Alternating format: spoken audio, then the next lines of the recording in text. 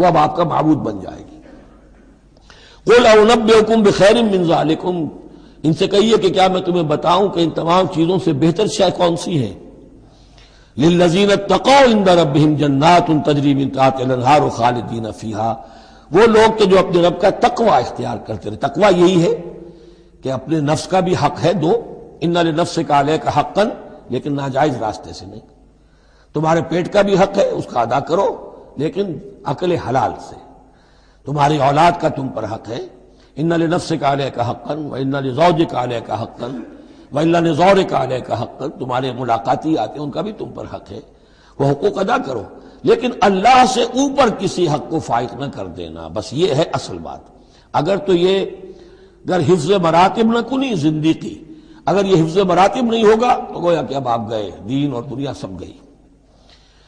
تو للذین اتقوا عند ربہم جنات، ان کے لیے ایسے باغات ہیں تجری من تحتہا الانہار، جن کے دامن میں ندیاں بہتی ہوں گی، خالدین فیہا، اس میں وہ ہمیشہ رہیں گے، وازواج مطہرۃ، اور بڑی ہی پاک عورتیں ہوں گی، ورضوان من اللہ، اور اللہ کی رضوان ہوگی، اللہ کی رضا ہوگی جو سب سے بڑی شے ہے، واللہ بصیر بالعباد، اور یقیناً اللہ تعالیٰ اپنے بندوں کو دیکھ رہا ہے۔ الذین، وہ کون سے بندے ہیں اس کے خاص؟ الذین یقولون ربنا اننا آمنا، جو یہ کہتے رہتے ہیں پروردگار ہم ایمان لے آئے، فاغفر لنا، بس ہمیں بخش دے، ذنوبنا، ہمارے گناہ، وقنا عذاب النار، اور ہمیں آگ کے عذاب سے بچائیو۔ اب ان کی بدہ میں الفاظ استعمال ہو رہے ہیں، یہ کون لوگ ہیں جو یہ دعا کرتے ہیں؟ ان کے یہ اوصاف ہیں، اور اس میں گویا کہ تلقین ہے، اگر اللہ سے یہ دعا کرنا چاہتے ہو کہ اللہ تمہیں تمہارے گناہ بخش دے اور تمہیں جہنم کے عذاب سے بچائے، تو یہ اوصاف اپنے اندر پیدا کرو۔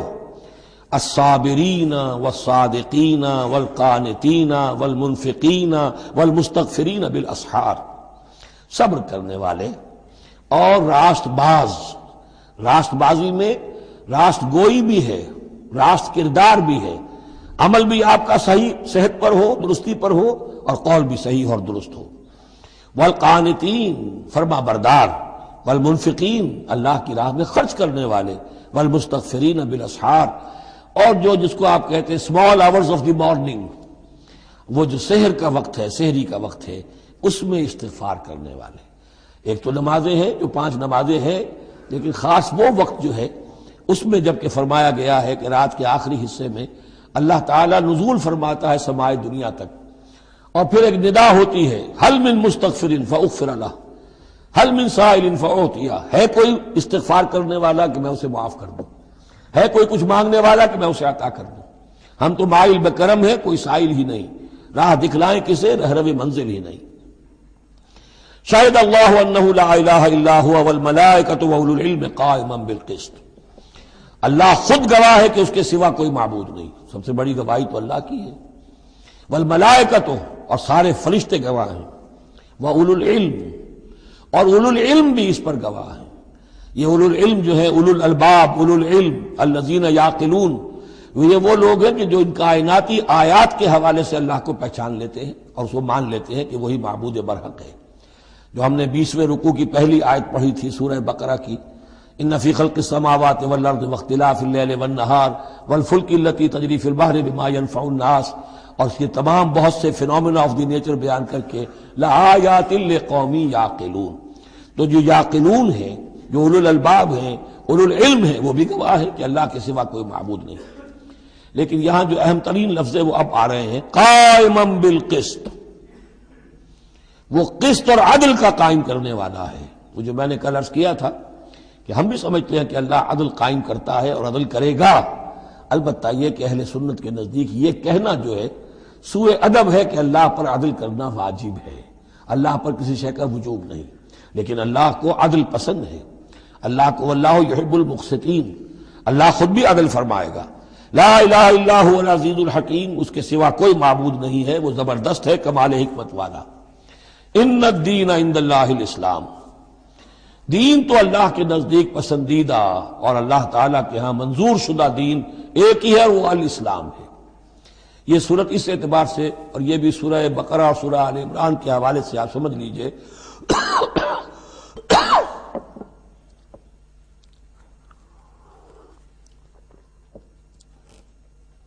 سورہ بقرہ میں ایمان پر زیادہ زور ہے.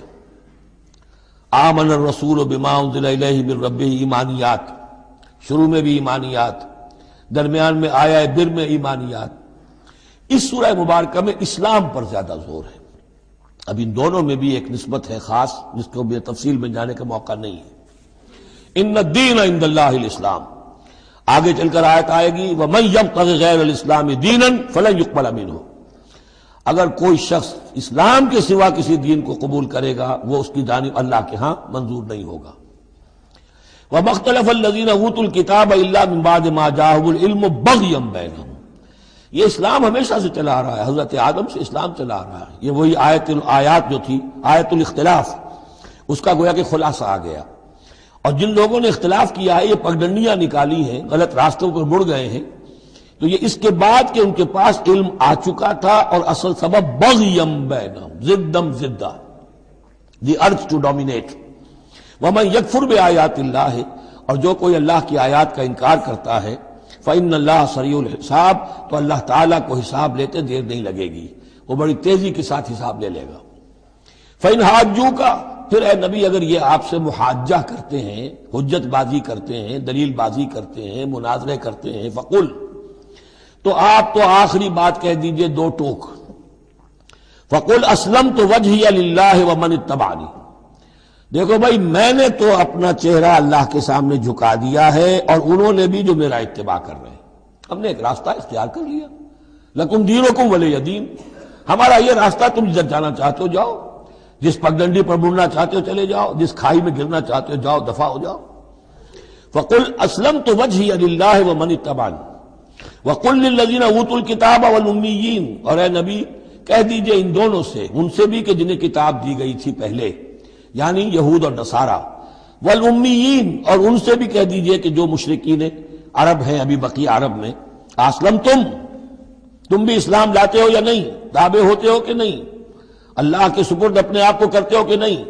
فَإِنْ أَسْلَمُوا فَقَدِ اهْتَدَوْا، اگر وہ بھی اسی طریقے سے اسلام لے آئیں تو ہدایت پر ہو جائیں گے.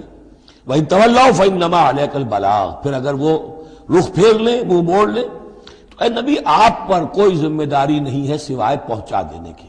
اعلیٰ کو یہاں پھر پہچان، انما علیک البلاغ، آپ کے ذمہ ہے پہنچا دینا. آپ نے ہمارا پیغام پہنچا دیا، ہماری دعوت ان تک پہنچا دی، ہماری آیات انہیں پڑھ کر سنا دی. اب آگے چوائس ان کا ہے، آپ پر ذمہ داری نہیں ہے کہ یہ لوگ ایمان کیوں نہیں لائے. ولا تسألوا عن اصحاب الجحیم، یہ سورہ بقرہ میں ہم پڑھائے ہیں. واللہ بصیر بالعباد، باقی اللہ تعالیٰ اپنے بندوں کو دیکھ رہا ہے، وہ ان سے حساب کتاب کر لے گا، وہ معاملہ اس کا ان سے نبٹ لے گا. آپ کے ذمہ جو فرض تھا آپ اس فرض کو ادا کرتے رہیے. ان الذین یکفرون بآیات اللہ ویقتلون النبیین بغیر حق، یقیناً وہ لوگ کہ جو اللہ کی آیات کا کفر کرتے ہیں اور انبیاء کو قتل کرتے رہے ہیں ناحق، ویقتلون الذین یامرون بالقسط من الناس، اور قتل کرتے رہے ہیں یا قتل کرتے ہیں ان لوگوں کو انسانوں میں سے جو عدل کا حکم دیتے ہیں. اس لیے کہ انصاف کی بات تو پسند نہیں ہوتی کسی کو.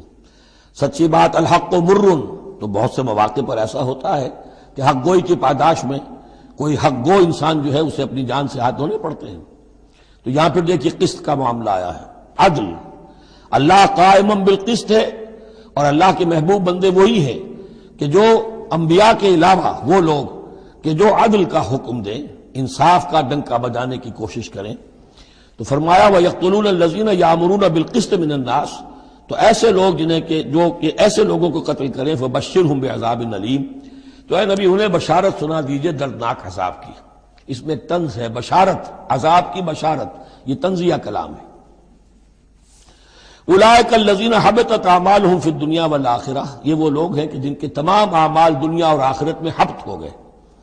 قریش کو یہ زوم تھا کہ ہم خادم کعبہ ہیں اور ہمارے پاس جو ہے یہ لوگ آتے ہیں، حج کرتے ہیں، ہم ان کی دعوت کرتے ہیں، کھانا کھلاتے ہیں، پانی پلاتے ہیں، سقایا ہے، ہماری اتنی خدمتیں ہیں، اللہ تعالیٰ کے ہاں جو ہے ہمیں بہرحال ان خدمتوں کے حساب میں ہم بخش دیا جائے گا. فرمایا وہ سارے اعمال حبط ہو جائیں گے اگر وہ شکل نہیں ہے. اگر تو صحیح پورے دین کو اختیار کرو گے تو ٹھیک ہے، ورنہ یہ کہ اولئک الذین حبطت اعمالهم فی الدنیا والآخرہ، بڑے سے بڑے چیریٹی کے کام کیے ہوں، چیریٹیبل انسٹیٹیوشنز قائم کر دی ہوں، کوئی حیثیت نہیں رکھتی اللہ کے نگاہ میں. وما لہم من ناصرین، اور ان کا پھر کوئی مددگار نہیں ہوگا۔